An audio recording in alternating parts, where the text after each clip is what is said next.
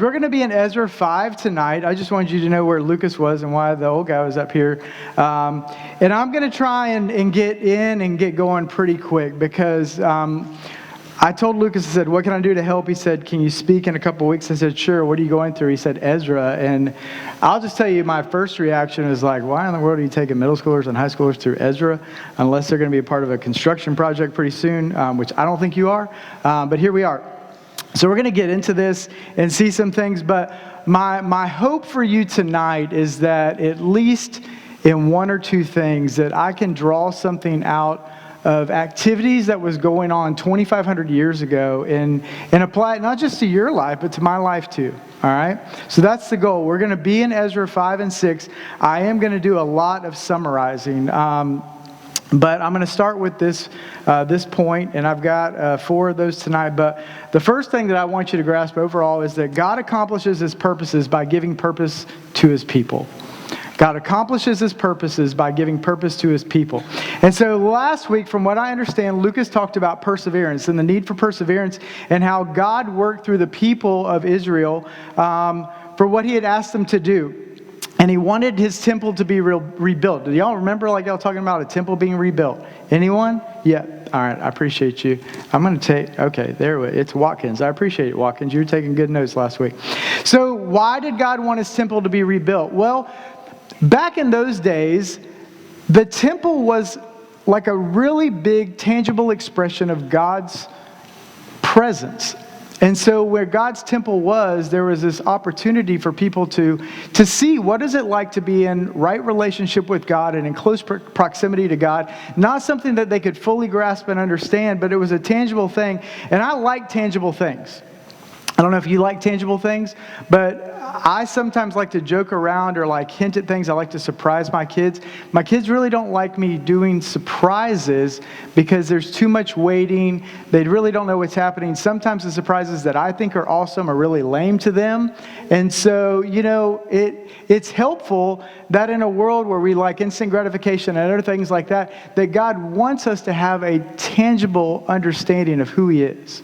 It's one of the main reasons why He sent Jesus, that we would be able to, those people at that point in time could see the invisible God through Him walking on this earth. And so God asked His people to return to Jerusalem and began rebuilding the temple and the city. And that was easier said than done. So I'm going to ask you a rhetorical question.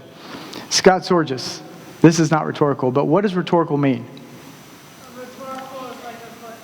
There's only one Scott Sorgis, just wanted to clarify. Go ahead.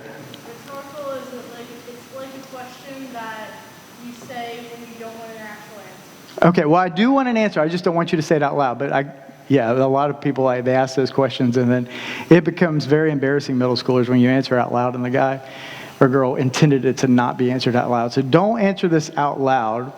But if you're a team leader, I would say this is one of the questions I would like y'all to discuss tonight.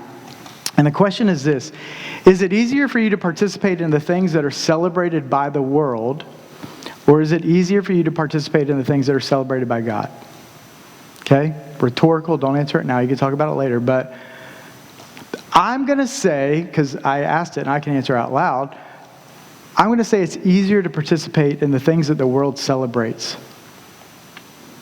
Some of the things that the world celebrates aren't always bad. But there's less opposition, there's less pushback when you're just going with the flow of everything else. And what the people of Israel were having to struggle with is they were living in a place where they were given some freedom, more than they had had before, but God started to want to accomplish His purpose of rebuilding something, and in that rebuilding, it was going to put them at odds with what the world was wanting from them, what the world was allowing them to experience at that point in time. And so we also live in a world where the opposition to the things of God is tangible. It is very, very tangible. And so Quick recap of Ezra 4 last week, and then I'm going to tell you a story about one of the things I did this summer. But in Ezra chapter 4, the Jewish people began rebuilding this temple, and there were these adversarial people that came over while they were rebuilding, and they wanted to stop all the progress there. So they tried to join the construction team, and then they were like excluded from that, and then they started bribing officials. They started just kind of spreading lies throughout the community, trying to get those people to hop on and get the work to stop. Then they became like the ultimate tattletales. I don't know if you have those people still, like if you're in high school, but they're just some people that either they're brown nosers or tattletales. But these people, like, they wrote a letter to the king explaining that if the work on the temple and the temple was rebuilt, it's going to affect the king. They're not going to be able to give the king tribute. They're not going to be able to give money to him. There'll be a lot of customs that would change, and all of that was going to hinder him and his effectiveness to rule over what was pretty much the known world at that point in time. And so this king, Artaxerxes, he read that letter, he took it into effect, and in Ezra 4, in these two verses, this is what we read happened. It says, "Then, when the copy of King Artaxerxes' letter was read before Rehum and Shimshai, the scribe and their associates, they went in haste to the Jews at Jerusalem, and by force and power made them cease. Then the work on the house of God that is in Jerusalem stopped, and it ceased until the 2nd year of the reign of Darius the king." The purposes of God are always going to be a threat to the powers of this world. Now, I want to show you a picture of a guy I met this summer, and Michael's going to throw it up there. And I don't know, will I get to see it back here? I will not. But that is, if you can't tell, I'm the one on the right. And then in the middle is a friend of mine now from India, north of Delhi. His name is Arjun. So I was in India this summer. And in Thailand as well. And then on the guy on the left is a guy named Steve Willis. He goes here. And what is, non-rhetorical question, so anybody can participate. What does Arjun's t-shirt say? Jesus. All right, we all can read. Congratulations. Now, I'm in India. World leader in population, 1.45 with a B billion people. More than China now. 1.45 billion people. 1.4 billion people in India have never heard the gospel. Never heard it. You may not be a Christian here, so this is a great place for you.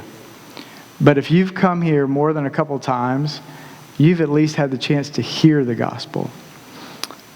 So I'm sitting in a place in northern India where I meet this guy who came to know Jesus because of some miraculous things. And I don't mean miraculous as the way people like, man, that was a miraculous catch for the Gators. What? No, I mean like Arjun was demon-possessed as a kid. You don't hear a lot about that here in the States, but he was. And he was prayed over by Christians. He was healed from that. And God led him to a place that he wanted to become a pastor. And as I sat with Arjun, it was Arjun, Steve, and then the guy taking the picture you can't see, his name is Jonathan. He was one of my college students in Tallahassee who's now serving in India. But as we talked with Arjun, what God had done in Arjun's life is given him a passion to help carry to the people that he was around the message of the gospel. And in India, you can be a Christian. So in India, they estimate that there is roughly somewhere in the 320,000 Christians in India. Okay, so 1.45 billion people, 320,000 Christians, and I guess like I don't know what the point. I went to FSU, so I really don't have the math on the 1.45 and the 1.4, how many that is, but somebody's got me. Maybe 500 million people is kind of in between there. But here's what I know. You can be a Christian, but it is illegal to share the gospel. Illegal. Now, it doesn't make a lot of sense to me. You can be a Christian, but the point, if you're new to this, the point of being a Christian is to take what has been passed to you in the story of Jesus and how he provides right relationship through his death on the cross, taking our place in punishment of sin, and allow us to have a right relationship with God. The whole point of Christianity is to share that with other people and give them a chance to hear that and make a decision. And so India, you can be a Christian, but you can't tell other people about it. The fancy word for that is called proselytizing, okay? Well, he's got a shirt on, but I can tell you this. He has a passion to do more than just walk around with a shirt about Jesus on. Because that could be an opportunity to share the gospel, but if you can't say anything, that's probably going to limit your effectiveness. But God gave him a passion to be able to take, there's about 27 villages around where he was living, and see that every village has a new church started there so that those people can hear the gospel. And then from there, it would spread. And I believe with all my heart, and because of the passion and the story that he said, that he's going to be doing that. But I can tell you this, that's God's purpose, and the world's going to stand in opposition to it. Arjun is going to see this, and if you don't know anything about what happens in persecution in Christians, but like Christians in India that want to share the gospel are put in jail, they're beaten. Those that come out of some families are disowned, and so their families will have nothing to do with it. And in certain parts of India, they're even killed because of the gospel. But that is something that in other writers in the New Testament would say would be suffering that's worthy of what Jesus did. And so before we get into Ezra 5 and 6, I want to have a quick, I want to read 4 verses in Titus so you have an understanding. If I just go really fast tonight, I just want you to know what is the purpose of God. And so I feel like in Titus chapter 2, in these 4 verses, it kind of gives a good snapshot of what the purposes of God are. In Titus chapter 2, starting verse 11, it says this, "For the grace of God has appeared," and I'm just going to say parenthetically, that means like when Jesus was on earth and there living out the gospel, "The grace of God has appeared, bringing salvation for all people, training us to renounce ungodliness and worldly passions and to live self-controlled, upright, godly lives in the present age, waiting for our blessed hope and the appearing of the glory of our great God and Savior, Jesus Christ, who gave himself up to redeem us from lawlessness." Now, this is where we get the understanding of the gist of the gospel. Jesus gave himself up for us to redeem us from lawlessness, to purify for himself a people of his own possession who are zealous for good works. So Jesus and God recognize that in our sin, we're separated from him. Jesus came, lived, died, suffered a death, taking on our sin, but that was to redeem us, to bring us into right relationship with God so that we would have an opportunity to then thank God for what he did for us by doing good works. That's for everybody. And then in verse 15, Titus says this, "Declare these things," talking about the gospel, "exhort, rebuke with all authority, and let no one disregard you." God's purposes are to bring salvation to people. Arjun's purpose is to share that message that God wants to see salvation to come to people. God's purpose demonstrated is through the life, death, burial, resurrection of Jesus. Arjun's going to tell that to the people of India. I can guarantee you. And then God's purpose for people is what Arjun's doing, what you and I have been asked to do. To be purified people that would be excited through our works to declare the good things that God has done for us in our actions and in our words.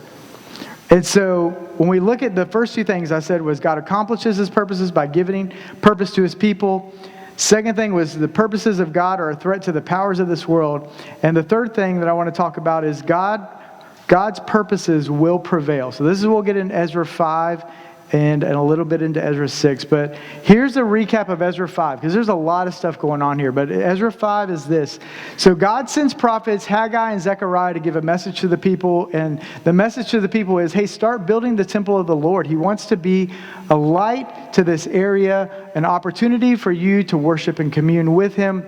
Start building it. And so 2 other guys, Zerubbabel and Jeshua, they start organizing that work.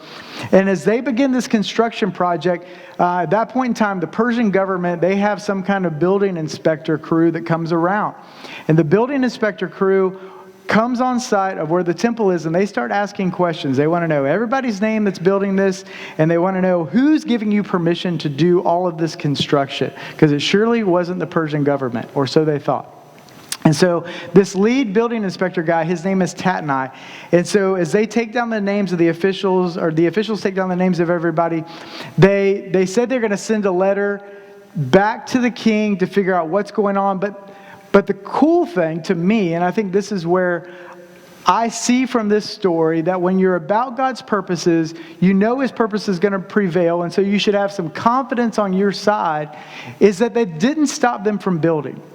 They said, keep your building going on. We're going to send it off to King Darius, and we'll wait for his reply, and we'll figure out what's going on. And so Ezra chapter 5, in verse 5 says this, the eye of their God, talking about the Jewish people's God, was on the elders of the Jews. They did not stop, talking about the Persian people, that's the they. The Persian people did not stop them until the report should reach Darius, and then an answer be returned by the letter concerning it. God's purposes are going to prevail. And here's why. God saw the Jewish elders, and this is what I want you to know. If you're a follower of Jesus, and if you're not, that's okay. This is still true.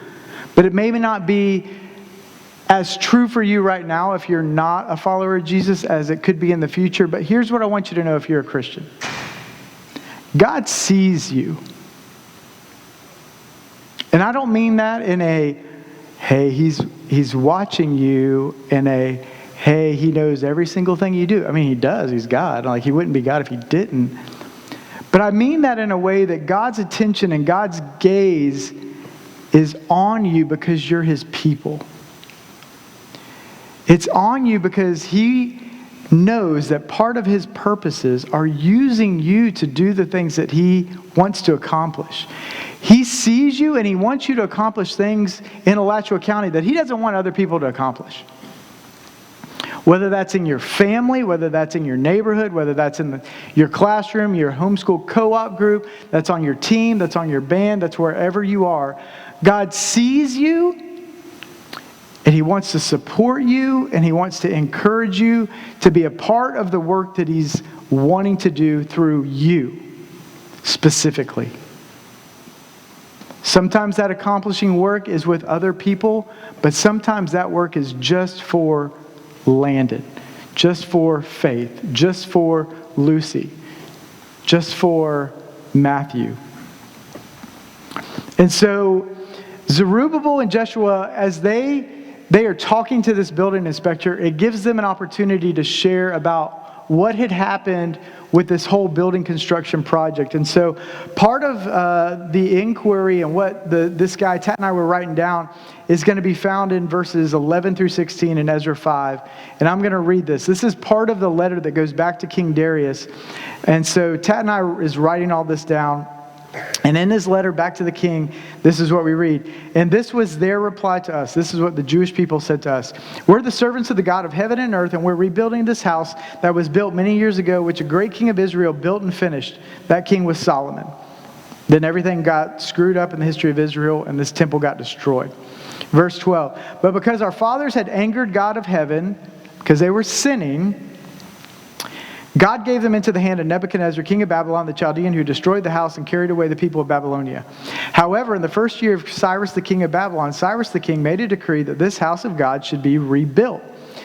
And the gold and the silver vessels of the house of God, which Nebuchadnezzar had stolen, taken out of the temple that was in Jerusalem, to be brought back to the temple of Babylon. These Cyrus the king, he took out of the temple of Babylon, and they were delivered to one whose name was Sheshbazzar, which is kind of the coolest name that I've read in all of Ezra right now. Sheshbazzar had been made governor. And so Cyrus the king said to Sheshbazzar, take these vessels, go put them in the temple that was in Jerusalem, and let the house of God be rebuilt on its site. And then this Sheshbazzar came and laid the foundations of the house of God that is in Jerusalem. From that time until now, everything's been building, but it's not yet finished. It's a long thing. That's why I was summarizing a lot of this stuff. So Tatnai takes that all down. He puts that in a letter and he sends it back to King Darius. And what Zerubbabel and Joshua got to say to Tatnai, and what he actually took, was an understanding of the people of Israel commune with the God of the universe. But at some point in time, the people of Israel got into this sin cycle. And because God wanted to draw them back to himself, he did that through discipline. And he used the empire of Babylon to do that. A guy by the name of King Nebuchadnezzar. So Babylon came in. They took captive all these people that were the Jewish people. They took them out and they took them to Babylon. They made them slaves. And as time went on, God got to a point in time where he said, I want you to go back to Jerusalem. I want you to rebuild the temple, rebuild the city. And the people at that time asked this king, King Cyrus, could we go do that? And Cyrus let him go do it, which is just crazy to think that a king that doesn't worship that same God found favor with these Jewish people, sent them back to Jerusalem to rebuild the temple, and he paid for everything. I'll say this, and I've got stories, and I'm not going to tell you any tonight, but there are times that God has asked you to do crazy things. Some of those crazy things requiring money. And I'll just tell you, God funds that vision because it's His purpose. Literally, I told you I wasn't going to tell you a story. I won't tell you a long story, but I heard a story yesterday of a pastor that started doing premarital counseling for an older couple at his church in Texas. And a long story short, sharing the gospel, and that guy come in and they got married, and the guy started attending his church. And he asked that pastor after all the premarital counseling and stuff, he said, could I do something nice for you, or could I do something nice for your church just for everything you've done for me and my new wife? The guy said, just do something nice for the church. The guy who he married, his nickname was Beaver. And somebody's going to get this. Just raise your hand. But if I said prominent guy, his nickname was Beaver, what kind of company do you think he owns? Raise your hand and just say it out loud. Just take a guess. Give me one. 100%. The owner of Buc-ee's, whose name is Beaver, pastor got a check in the mail. He said he'd never seen so many zeros in his life. And that gift allowed that church to be able to do some significant ministry in their city in Texas. And if it's God's purpose, He's going to do that. Sometimes He doesn't always do it through money. There's all kinds of different ways that He can resource stuff. But I know that when God has a plan and God has a purpose, He's going to provide the provision for it. All right, so let me get into chapter 6, and I've got one more point, and then we'll close. So that letter goes to the king, and chapter 6 opens as King Darius reads the letter. And as part of the closing of that letter, this guy Tatnai says, hey, I heard this whole story from, these guys, Jeshua and Zerubbabel, but if it's saying that there's a king from Babylon that gave this edict back in the day, surely somewhere in all of our history we could find whether or not that actually happened. And I would say, why don't you go and investigate that? Right? You have those kids at school. They come in and they tell some kind of outlandish story, and you're like, you're so full of crap, your eyes are brown. Right? No? All your friends are all super truthful. Y'all must all be homeschooled. All right. I mean, there's a phrase that says trust but verify. And so Tatnai is just telling the king, see if we can verify this. So when the king opens the letter, he reads it. He said, that's not a bad idea.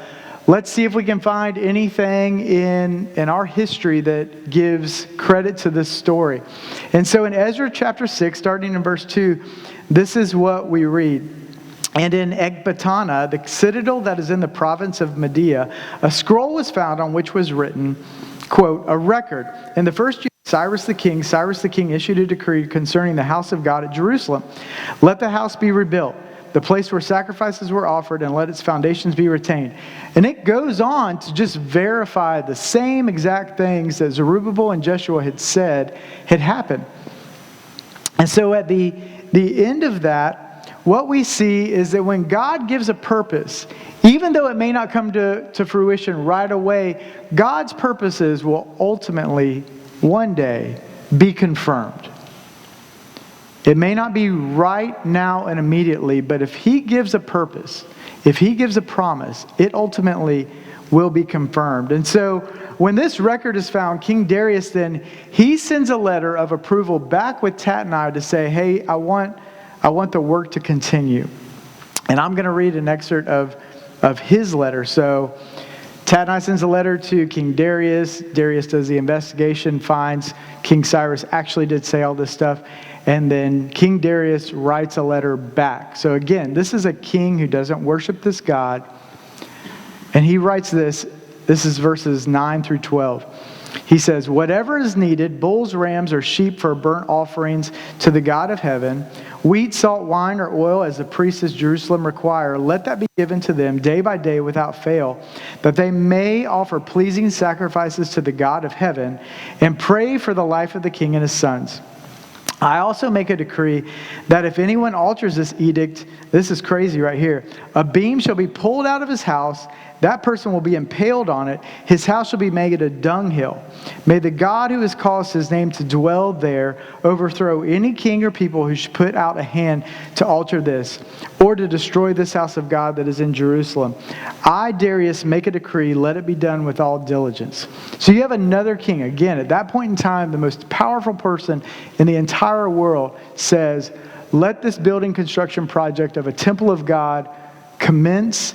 We're going to pay for it. We're going to protect it. If anybody causes any problems with it, we're going to go to their house. We're going to take out the biggest beam. We're going to sharpen it at the point. We're going to bury. This is literally how they killed people. Bury it in the ground. We're going to impale them on it. It's going to. Part of the reason for impaling people and crosses was to display, do not do this. Then we're going to take their house, and it is going to become the place where we scoop all of our stalls, all of our pens, and put all of the crap right there. And that's what they're going to be known for. I would just be floored if I was a Persian saying like, golly, this guy is serious and these people must be important. But God's purposes are going to be accomplished through his people. God, he was going to protect his purposes. His purposes were promoted by the king of Persia. And if I tie this all together, I want to show you a video, and it's a little bit funny. Maybe it's not funny. It's more educational, I guess. And then I'm going to tell you a story, and then we're going to close. So go ahead, Michael. I do not know Haley Kinsel, but I just want you to watch this.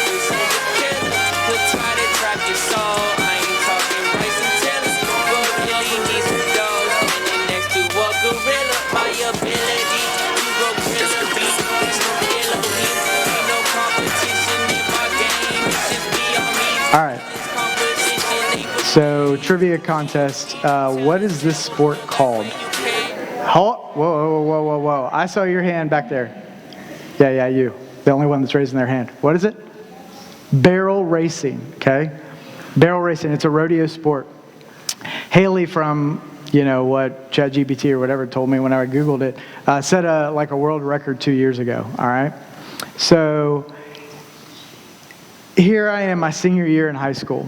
Some of y'all aren't senior year in high school, but you ever end up becoming like the matchmaker? Your friend, she thinks she likes this other guy, and then maybe this hasn't changed, but none of y'all are very bold in the relationship categories. You're not taking a first step until you can get some sense of whether or not I'm going to get flat out rejected or whether there's some kind of chance. I don't know if that's changed, but I'm assuming it hasn't. So one of my friends who was a girl named Jen was interested. She's interested in she's interested in any kind of guys that are around our church. And she was I shouldn't say any kind of guys, because she wasn't going to be interested in the ugly guys. Sorry. Can look that. She's my age or whatever. You can look her up on Facebook and write her some comments or whatever. But she was interested in one of my friends named Matt. And Matt was also interested, but they just didn't know that they were interested in one another. And so Jen was a little forward, and she said, hey, will you bring Matt over to our property and we can ride horses, all right? So I am from Orlando, okay? It's not the country. Some of you are from Newberry or further out. You are from the country, all right? But I had ridden a horse, I don't know, I've ridden a horse 6 or 7 times, so it wasn't super, I shouldn't have said that. Yeah, sorry. I'll be a meme for the rest of my life. I rode him 7 or 8 times, all right? 7 or 8 times, yeah. So riding a horse wasn't that, I don't know, scary. Any of y'all scared? I mean, they're large animals. Anybody scared of horses? Be honest, Luke. Hunter's as big as a dang horse. So, all right. So we go over to Jen's property, and she has, I don't know how many horses. She has 4 or 5 horses. And so, but the goal was, Matt had never ridden a horse. And so, this is how it worked out. Like, he's never ridden a horse. And she is like, oh, you can ride with me. How convenient. All right. So we're in the stalls and stuff like that, brushing the horse, putting the pad on, putting the saddle on, get them all done. Sorry if I left off some parts of you equestrian people. But then we get on the horses and we're going out into the corral. So I'm on a horse by myself. Jen and Matt are on a horse by themselves. Matt's like having the time of his life because he's on the back. All right. And so we go out the gate. And when we get out the gate, I just think it would be fun to act like a cowboy. And everything I know about cowboys on horses is you kick a horse and you say what? Yeah. And see, obviously, that everyone knows this. So I get out of the corral. I kick that thing and I did have boots on. I kicked that thing with my boots and I said, yeehaw. And I'm just telling you what, I was not ready. That horse went I felt like I was 0 to 60 in 2 seconds. Bam. And her property was flat, but then it was started sloping down. Not steep, but I was out of there. I was doing everything you learn in driver's ed for horses. I was pulling back on the reins as much. I was saying, whoa, stop, Nelly, whatever the case may be. And I mean, probably for 10 seconds. Now, that's not, you feel like it's not a long time? When you're going 40 on a dang horse, it's a long time, all right? So I finally the horse calmed down and understood we're not racing anyone. And so I turn her around and I came back up to where they are. When they get up, they're like, we thought you were gonna die. And I said, I thought I was gonna die. And she said, this is what Jen said to me. Did you not know that she used to be a barrel racer? Now, nowhere in the stall does it say, attention, former barrel racer, use caution. Nothing of that. But when I kicked her, that horse was looking for something in front of it to go as fast as it could go to and ride around. And I'll tell you this, if there was some cylinder-looking bush out in there, I would have been thrown off of that into the field. Now, why would I tell that stupid story? Well, let me hope to make this connection and then we'll be done. A horse's purpose, some point in time, is to run. When you go to the carnival, those sad-looking horses that are hooked up to the circle thing and they just walk kids around, that's not what a horse is designed to do. A horse is designed to run. That horse was then trained to run swiftly, to do swift turns, and to go as fast as it could through 3 barrels and then back to the gate where it came from. That's what that horse was designed to do. And you know what? Even though that horse was retired, that horse did not know that. That horse was ready to go. That's what the horse's purpose was. And so if you're a follower of Jesus, what you need to understand is that God has a purpose that he wants you to be a part of and accomplishing. He doesn't want anybody else to do it. He wants you to do it. And that's going to be, some things, like I said, are going to be unique and specific to you. And some of those things are going to be things that are going to be maybe specific to a group of you. But he wants you to accomplish that purpose. He doesn't want you to check out. He doesn't want you to just wait and get another nudge or anything like that. He wants to be a part of you doing those things for him and for his glory. And even though we're not building a temple, the work that you can do as a middle schooler and as a high schooler, as a college student or a young adult, is to bring in close proximity the presence of God through your life. That's what we're designed to do. If you're a follower of Jesus, you're indwelled by the Holy Spirit, and the things that you've been asked to do and you've been purposed to do is to be a presence of the gospel to other people. And so what I would say is, be that horse. Be that horse that is ready to go. Don't question. Be obedient.